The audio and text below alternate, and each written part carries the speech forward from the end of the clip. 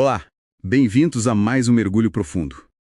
Hoje, o nosso foco é uma coisa que, olha, talvez muita gente sinta: frustração na vocação. Aquele sentimento, sabe, de estar se esforçando, talvez no caminho certo, mas algo não encaixa, não flui.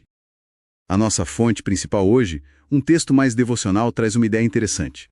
Diz que essa frustração pode ser, na verdade, um sintoma, sinal de algo mais profundo, uma desconexão com o nosso chamado fundamental. Então a missão aqui é explorar essa relação, ver o que esse material oferece para a gente. A ideia central que o texto levanta, bom, lembra um pouco aquela exortação antiga, né, de viver de um jeito que corresponda ao chamado que a gente recebeu. Que alinhar a vida com esse propósito maior é, assim, essencial. Exatamente. E o material faz uma distinção muito clara, que eu acho que é o coração da coisa toda. Ele diferencia o chamado, que olhando pela lente da fonte, é sobre quem a gente é, nossa identidade, para que fomos criados, sabe? Da vocação. A vocação seria como a gente expressa isso, no trabalho, nas ações do dia a dia. E o argumento principal da fonte é esse. Tentar seguir a vocação sem ter clareza do chamado é como construir sem alicerce. Fica instável. Vira um esforço muito humano, né? E segundo o texto, isso leva à exaustão, à frustração, porque falta aquela conexão, aquela direção que vai além da gente. Então, quer dizer, a fonte está sugerindo que essa frustração não é só sobre não me sinto bom no que eu faço, mas talvez sobre se sentir meio fora de eixo em relação a quem se é fundamentalmente. A questão seria menos um erro na ação e mais um convite para realinhar a identidade com esse propósito maior que a fonte fala. Precisamente isso, a ênfase está aí. A frustração na vocação é vista menos como errei o caminho, e mais como um sinalizador interno, sabe? Apontando para a necessidade de voltar à base, de entender melhor o próprio chamado. E aí que fica interessante, porque o texto não fala do chamado só como uma direção, um mapa. Certo. Bom, vamos desempacotar isso com o exemplo que a fonte dá. Moisés. É um exemplo bem forte, né? Toda aquela formação no Egito, inteligência, posição dele, tudo isso teve seu valor, claro. Mas não foi aquilo o ponto de virada para a missão maior dele. Esse momento-chave acontece depois, lá no Monte Horebe, com a sarça ardente. E aquela instrução, tire as sandálias dos pés.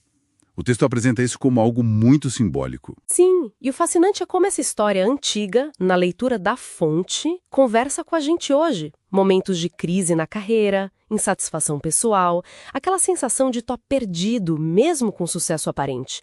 Tudo isso pode ser lido, segundo o texto, como um chamado para tirar as sandálias.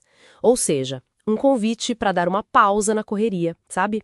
No fazer sem parar e realmente ouvir. E sobre o que eu estava dizendo do chamado não ser só direção, a fonte enfatiza que o chamado também capacita. Capacita? Como assim? A fonte entra em detalhes de como essa capacitação funcionaria. Olha, o texto sugere que quando a pessoa entende e aceita o chamado, ela não recebe só uma tarefa. Ela recebe também uma confirmação de identidade e, junto com isso, os recursos internos, a confiança para cumprir aquilo.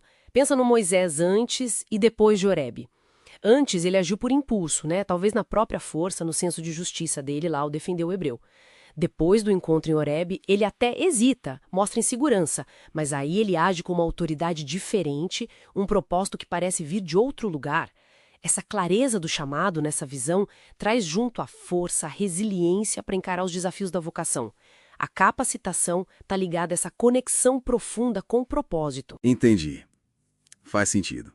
Mas essa ideia de parar e ouvir, como no exemplo de Moisés, nossa, parece tão contra o fluxo hoje em dia, né? Com tudo tão acelerado, é um desafio. A fonte dá alguma pista de como seria essa pausa atenta na prática? Algo além da metáfora das sandálias? Como cultivar essa escuta no meio de tanto barulho? A fonte não dá uma receita de bolo, um método único.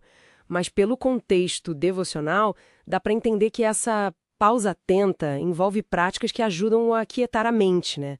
Abrir espaço para uma conexão mais mais interna, pode ser introspecção, meditação, oração, ou só criar momentos de silêncio de propósito na rotina. Não é ficar sem fazer nada, é uma atividade receptiva, um esforço consciente para sintonizar uma outra frequência, digamos assim, para ouvir uma orientação interna ou divina, dependendo da crença de cada um, antes de voltar para a ação.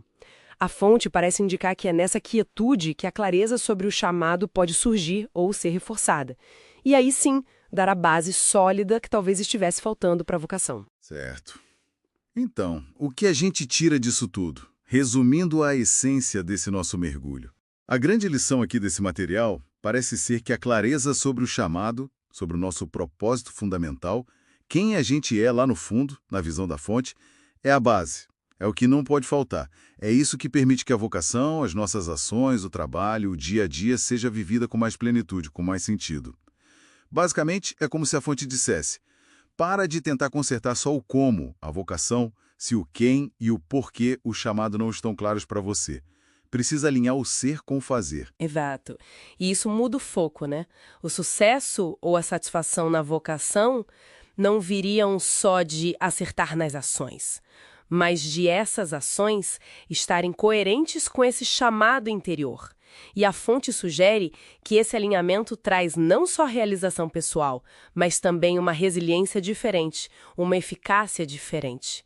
Porque as ações passam a ser vistas como parte de algo maior, sustentadas por um sentido que vai além das circunstâncias do momento. Isso tudo levanta uma reflexão importante para quem está ouvindo a gente, inspirados aí pela jornada de Moisés e por essa lógica do texto.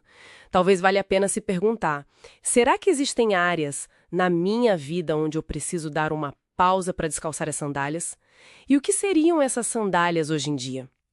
Talvez as pressões de fora, as expectativas dos outros, ou até as nossas próprias ideias fixas sobre sucesso, sobre o caminho certo. Descalçar-se, nesse sentido, poderia ser esse convite para tirar essas camadas e tentar ouvir com mais atenção.